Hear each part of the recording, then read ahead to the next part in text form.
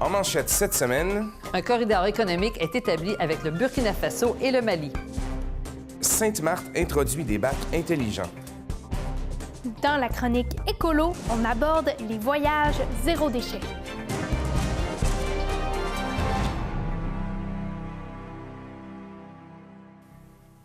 Bonjour et bienvenue à votre hebdo régional Vaudreuil-Soulanges.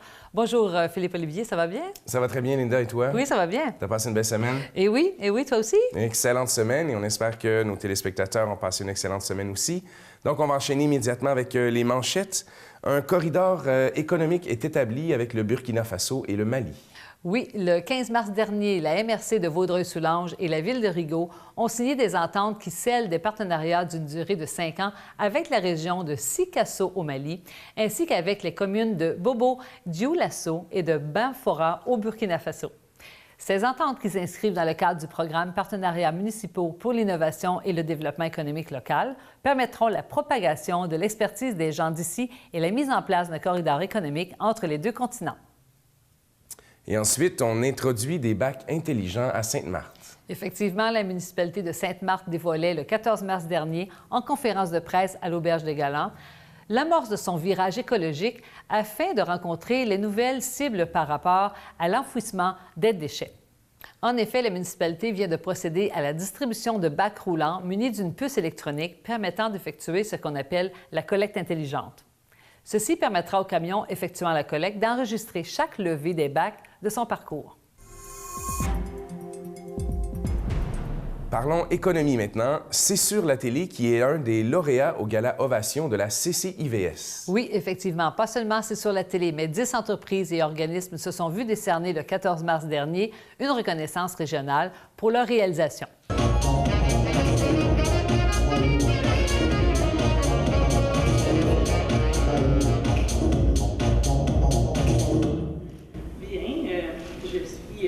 Très surprise et très honorée au nom de C'est sur la télé de recevoir ce prix.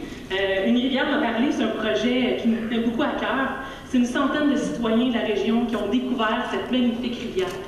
Je vous annonce en primeur que le projet n'est pas terminé. On va faire une suite. On attaque la rivière de l'Île, qui est une autre belle rivière. Et je vous invite à nous suivre prochainement pour avoir plus de nouvelles sur ce beau projet. Merci infiniment.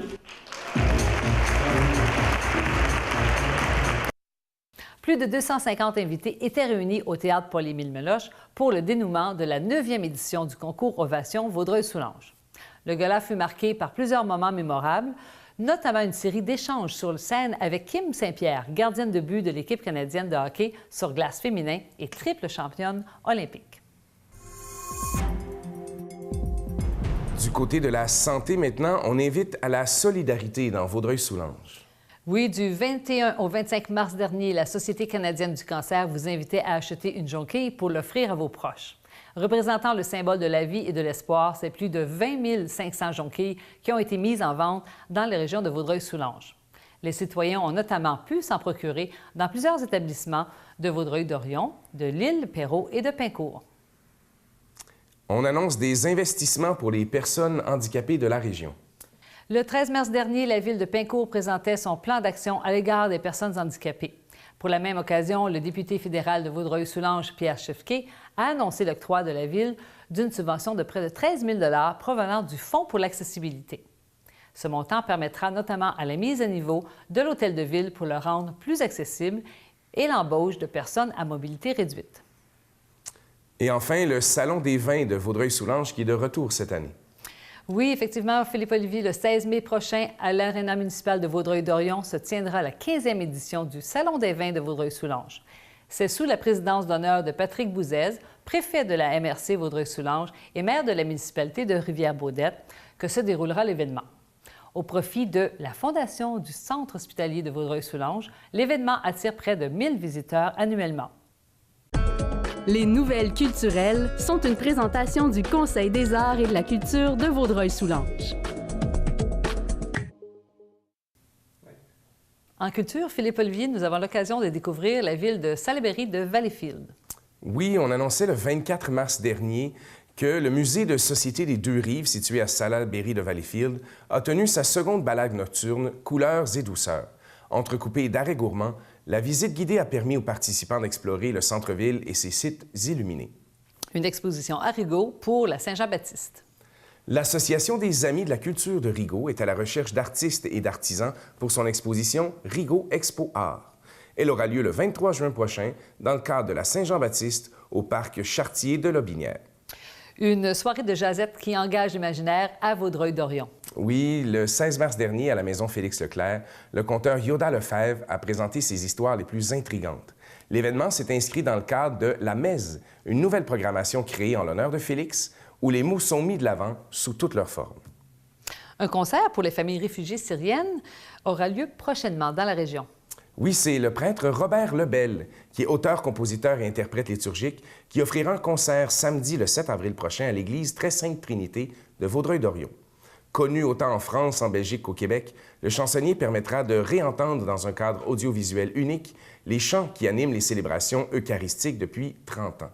Les profits seront remis au comité de parrainage des familles de réfugiés syriennes de la région. Et le lancement de saison et vernissage au Centre culturel de Chenaille. Le Centre culturel lancera sa 43e saison artistique le 6 avril prochain dans le cadre du vernissage de l'exposition Bloom Éclosion de Susan Porter et Karen Hosker. L'année entière sera dévoilée afin de mettre à votre calendrier les spectacles et expositions à ne pas manquer. Toujours à l'intérieur de la maison ancestrale sur l'île du Chenaille à Hawkesbury. Faut jamais dire jamais, car si on dit jamais, ça se peut que ça arrive jamais. Tu me mélanges tout le temps, toi! C'était ça le but. Puis toujours, prends toujours un S. Si vous ne savez pas où aller dans la vie, l'Université de Montréal vous accueillera. Cheers! La madame est contente. L'absurde était au rendez-vous lors du match de l'impro. En effet, c'était un match haut en couleurs entre les Bleus et les Oranges qui s'est déroulé le 14 mars dernier pour l'intrépide cabaret d'improvisateurs. Nous avons eu droit à des inventions de slogans, des doublages ou des improvisations à la manière de série Game of Thrones qui en ont fait rire plus d'un. Le match s'est terminé par la marque de 9-6 en faveur des Oranges. Les étoiles de la partie ont été attribuées à Christine Gingras, Alexandre Beauvais et Philippe-Olivier Guimont, votre humble serviteur. Donc, c'est maintenant le temps de passer à la chronique hebdomadaire, la chronique écolo. Bonjour Léa. Bonjour. Ça va bien? Mais oui, vous? Très bien, très bien. De quoi vas-tu nous entretenir cette semaine? En fait, cette semaine, pour ceux et celles qui ne le savent pas, les truites, ça a débuté avec un défi zéro déchet en Islande, avec mon copain. Puis on y a été l'automne passé. Évidemment, ce voyage a demandé beaucoup de réflexion, beaucoup de planification pour réduire notre empreinte écologique et surtout qu'on avait certaines contraintes particulières. Donc, premièrement, on partait en camping en Islande. Donc, ça demandait un peu d'organisation au niveau du matériel, mais aussi, on voulait vraiment apporter le minimum pour ne pas avoir à payer de surplus de bagages. Donc, qu'est-ce que ça donne, en fait, pour le bilan? Voici la quantité de déchets que nous avons produits à deux en 11 jours de camping sauvage en Islande. À noter que les matières recyclables et compostables ne sont pas incluses. En effet, le système de gestion des déchets en Islande est assez efficace à ce niveau-là. Donc, même lorsque nous voyageons, il y a toujours moyen de réduire son empreinte écologique. Et c'est pour ça qu'aujourd'hui, les truites, on s'en vient proposer quelques trucs pour réduire son empreinte en voyage. Tout d'abord, pensez minimalisme. Donc, lorsque vous prenez l'avion, il y a toujours une limite de poids. Donc, je vous encourage à apporter des articles qui respectent 3 critères. Être efficace, être réutilisable et être multitâche. Par exemple, je vous suggère d'apporter un sac réutilisable en voyage. Pourquoi? Parce que, premièrement, le sac est multitâche. Il va aussi vous servir de fourre-tout pour n'importe quelle occasion. Et en plus, ça va permettre d'éviter l'utilisation d'un sac de plastique si on fait un achat en voyage. Ensuite, je vous suggère toujours d'apporter une gourde de métal. Donc, que ce soit dans un tout inclus ou partout ailleurs dans le monde, par exemple dans les hautes terres sauvages islandaises, va vous permettre d'éviter l'achat de bouteilles de plastique On le sait, on en a parlé beaucoup dans les nouvelles ces derniers temps. Les bouteilles de plastique sont très polluantes. Puis en plus, les gourdes comme celle-ci en acier inoxydable vont permettre de garder vos breuvages au frais, même s'il fait 30 degrés sous les tropiques. Ensuite, lorsqu'on voyage, on apporte toujours un kit pour les lunchs zéro déchet, qui va inclure des ustensiles réutilisables, des contenants. Donc, si jamais on arrête à quelque part à manger un petit lunch, puis on a notre contenant au lieu d'utiliser les bols en styromousse. Puis, on peut aussi amener des serviettes de table en tissu, donc pour éviter d'avoir à utiliser des napkins qu'on va jeter, par exemple. Un des éléments auxquels on pense vraiment rarement, mais qui a un impact vraiment considérable, c'est les pailles. Donc, seulement aux États-Unis, chaque année, ce sont plus de 1,5 milliard de pailles de plastique qui sont jetées. Donc, je vous laisse faire le calcul pour à l'échelle planétaire. Qu'est-ce qu'on peut faire si on veut quand même boire notre petit pina colada sur la plage, dans notre bouteille évidemment? Tout simplement refuser la paille, c'est possible, ou bien s'apporter une paille réutilisable comme celle-ci. Donc, un autre petit truc. Et finalement, au niveau de la trousse de cosmétiques, il y en a beaucoup à dire. Je pourrais même faire une chronique complète sur le sujet. En fait, privilégier un savon multi-usage. Donc, il existe beaucoup de savons qui permettent à la fois de laver le corps, les cheveux, mais aussi les vêtements ou la vaisselle. Puis, en plus de réduire l'espace utilisé dans votre trousse de cosmétiques, bien, ça permet aussi de réduire la quantité de bouteilles de plastique qu'on va utiliser, par exemple. Aussi, ça évite d'utiliser les petites bouteilles dans la chambre d'hôtel qui est souvent offerte pour le savon, le shampoing, en fait, qui représentent à elles seules, ces petites bouteilles-là, vraiment une très grande quantité de déchets. Donc, évidemment, on veut toujours penser à réduire les déchets. Et finalement, lorsque vous partez en voyage, dites-vous que vous avez le droit de refuser.